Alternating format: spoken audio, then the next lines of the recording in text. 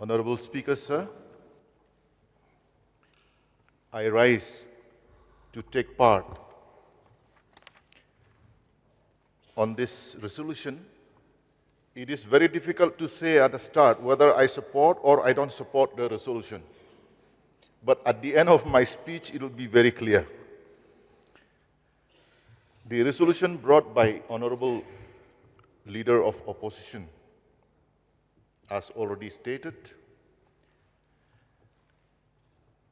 different states demanding different headquarters or winter capitals. Meghalaya is not the first one. There are already existing states like Himachal Pradesh having their winter capital in Shimla and their summer capital in Dharamsala. So also Jammu and Kashmir, their winter capital is Jammu, and Srinagar, their winter capital. So also Maharashtra and the others. But what is the difference between us in Meghalaya and the other states? As the mover of the resolution himself has mentioned, Meghalaya is a very small state, sir. Compare our size with Maharashtra. Compare our size with Jammu and Kashmir. I think there is a lot of difference in the size and topography of the states. Now, when I read at the resolution in the middle paragraph, second paragraph, and whereas the hopes and aspirations of the people of western part of the state, comprising of the 5 districts of Garo Hills, generated the felt need of creation of winter capital at Tura for ensuring equitable and inclusive development of the region as a whole, which is in sync with the dreams and desires of our forefathers, leaders of the state, with the shared objective of creating a sense of oneness among the 3 major tribes of the state. Mr. Speaker, sir, we live in an age and era of information technology. Now, as I speak, live telecast is going on.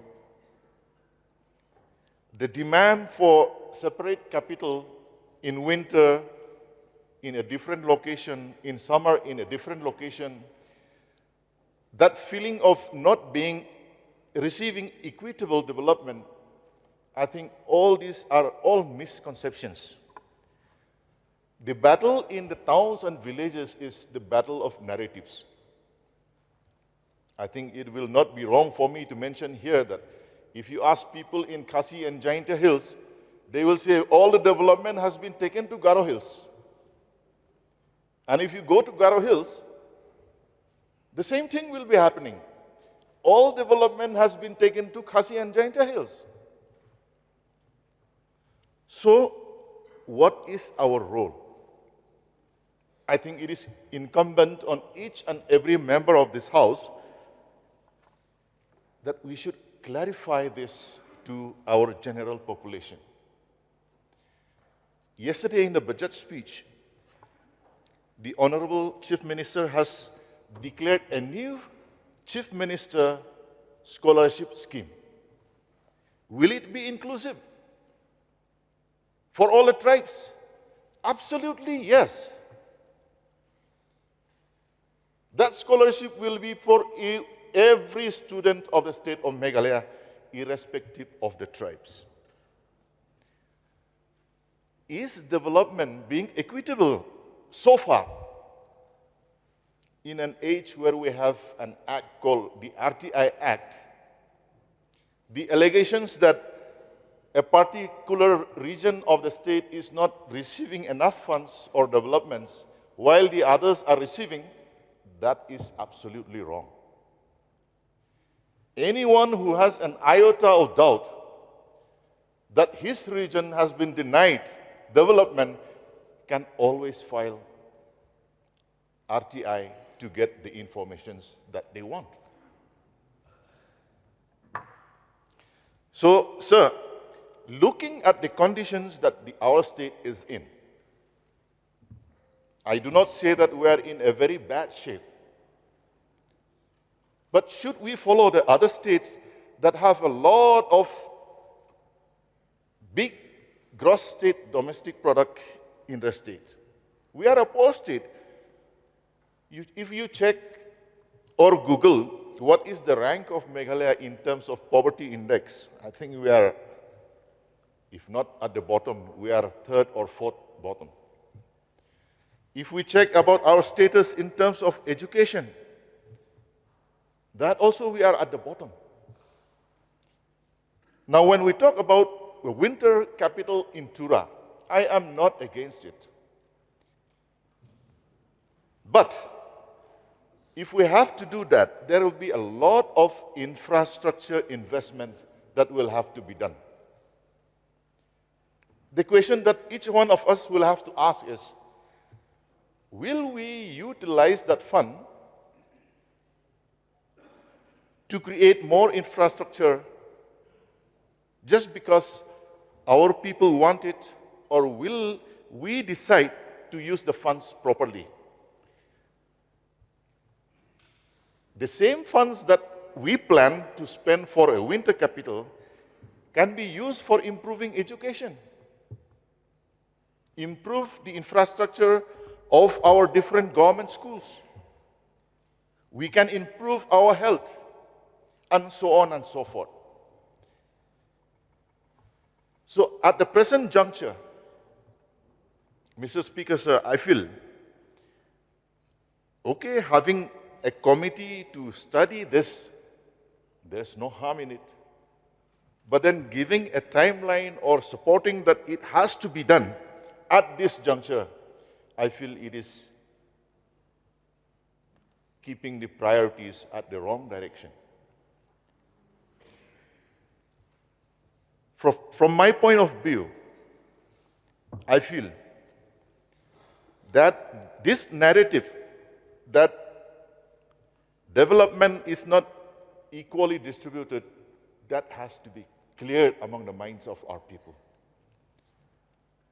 So having stated these few points, sir, I know there will be many speakers. I feel we cannot take up this resolution right now. I know many of our friends from Garo Hills will be hard-pressed not to say no against this resolution. It is very, very difficult for them to say no. But then consider the financial situation that we are in. We cannot act rich when we are poor. We cannot act developed when we are underdeveloped. So I appeal that everyone will understand this. Every member will take responsibility that whatever has happened in the past so many years, we are grateful to our forefathers who have created this state. Yes, I agree with the leader of opposition. If our Garo friends had fought it alone for a Garo state, will they achieve it? I doubt. If the Khasi tribe fought alone, will they get a separate state? I doubt. But now that we are one, let us work in such a way that our general population in all the regions and corners of the state feel as one. And the administration that is being done from Shillong, if need be, maybe we can improve it by developing the digital infrastructure. I'm not an expert on IT, but I think there are many services that can be made available online where each and every member and citizen of the state can feel that, yes, I can access the information, I can reach the help that I need and require. So, Mr. Speaker, sir, at this juncture, I do not support this resolution.